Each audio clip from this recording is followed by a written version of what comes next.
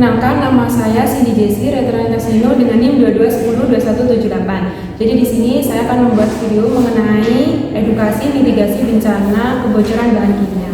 Selamat menyaksikan. Selamat pagi Bapak dan Ibu semuanya. Pagi. Sebelumnya perkenalkan, nama saya Kak Cindy. Saya berasal dari Rumah Sakit Dr. Subandi. Jadi kedatangan saya ke sini adalah saya akan mengadakan penyuluhan mengenai mitigasi kebocoran bahan kimia. Waktunya sekitar 15 sampai 20 menit. Tempatnya di sini. Apakah Bapak Ibu semuanya bersedia? Bersedia. Baik, kita mulai ya. Mungkin dari Bapak Ibu semuanya yang tahu kebocoran bahan kimia itu apa ya? Mungkin ada yang tahu? Bahan kimianya bocor. Ya, Pabrik. ya betul. Jadi kebocoran bahan kimia itu adalah pelepasan zat kimia berbahaya secara tidak sengaja ke lingkungan yang menimbulkan resiko bagi kesehatan manusia, hewan, dan juga lingkungannya.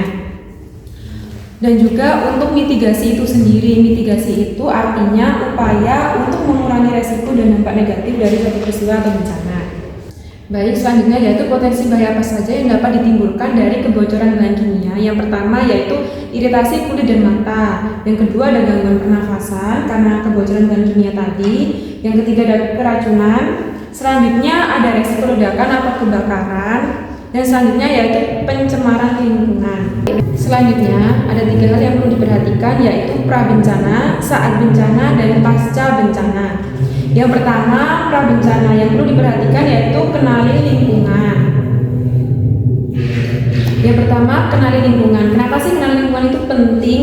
Kan kita harus mengetahui lingkungan kita itu apa dekat dengan pabrik, atau dekat dengan rumah sakit, atau dekat dengan bangunan-bangunan yang di dalamnya ada bahan kimianya.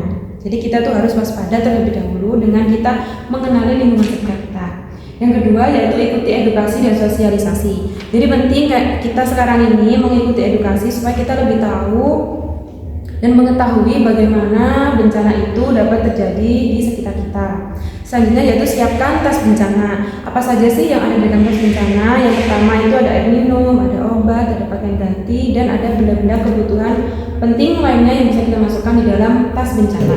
Dan saat bencana, yang perlu kita lakukan yaitu tetap tenang, jangan panik. Yang kedua, gunakan APD. APD itu apa saja? Kayak masker, sarung tangan, terus pakaian pelindung atau mungkin sepatu dan lain sebagainya yang bisa melindungi kita. Yang kedua yaitu ikuti arahan petugas. Jadi kalau misalnya bencana itu terjadi, pasti akan ada petugas yang akan mengarahkan kita untuk ke jalur evakuasi. Selanjutnya yaitu pasca bencana. Yang pertama, periksa kesehatan. Kan kita nggak tahu apakah dari bencana kebocoran bahan kimia ini masih ada dampak yang kita rasakan atau tidak. Jadi itu perlu dilakukan pemeriksaan kesehatan. Yang kedua, tunggu izin sebelum kembali ke rumah. Karena kita nggak tahu di rumah yang kita tempati itu masih ada sisa-sisa dari kebocoran bahan kimia atau tidak. Jadi kita perlu untuk meminta izin kepada pihak yang mengatasinya. Yang selanjutnya yaitu laporkan jika ada gejala atau temuan yang berbahaya. Misalnya kalau ada penyakit yang kita masih rasakan, atau misalnya tempat tinggal kita yang kita rasa masih berbahaya untuk kita, nah itu kita harus laporkan kepada pihak yang berwajib. Dan di sini kita sebagai perawat juga akan menjembatani untuk memberikan layanan yang terbaik untuk Bapak Ibu sekalian. Jadi kita sebagai perawat juga akan melakukan pemeriksaan, melakukan deteksi dini kepada Bapak Ibu sekalian, dan juga akan memberikan edukasi seperti hari ini supaya Bapak Ibu itu semuanya bisa mengetahui apa sih yang perlu diperhatikan dari bencana yang ada di sekitar Bapak Ibu sekalian.